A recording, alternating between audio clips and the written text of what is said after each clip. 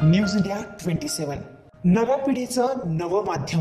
वाडवली त्र्यंबकेश्वर येथे मिळकत प्रकरणी न्याय मिळावा यासाठी निलेश भावसार यांनी 6 दिवसांपासून आमरण उपोषण सुरू केले आहे। त्यांच्या मागण्यांकडे प्रशासनाने अद्यापही लक्ष दिलं नसल्यामुळे त्यांनी हा मार्ग अवलंबला आहे। निलेश भावसार यांनी विषयक पुरावे आणि अर्ज प्रशासनाला दिले असतानाही कारवाई होत नसल्याचा आरोप केला आहे। त्र्यंबकेश्वर परिसरातील मिळकत संदर्भात त्यांचा लढा असून योग्य निर्णय मिळेपर्यंत ते उपोषण थांबवणार नसल्याचं त्यांनी स्पष्ट केलं आहे। स्थानिक प्रशासनाने या प्रकरणाची दखल घ्यावी आणि त्वरित योग्य ती कारवाई करावी अशी मागणी होत आहे।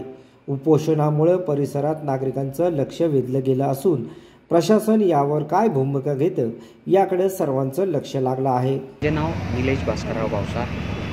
आमचं एक मंदिर होतं वाडवली तालुका त्र्यंबकेश्वर जिल्हा नाशिक येथे 2021ला या प्रॉपर्टीवर 11 इल्लीगल नावांची नोंद झालेली होती। 11 इल्लीगल नावांचा काढण्याचा आदेश लीना बनसोड मॅडम सीओ मॅडमने 2021ला दिलेला असताना यांनी 2024ला माझे तिसरे आमरण उपोषण चालू असताना यांनी 11 प्लस आमचं एक वारसदारांचं नाव काढून बेकायदेशीररित्या काढलेलं असल्यामुळं माझी मागणी ही आहे की आमचं नाव पूर्ववत करा, जागा पूर्ववत करा व दोषींवर कारवाई करा।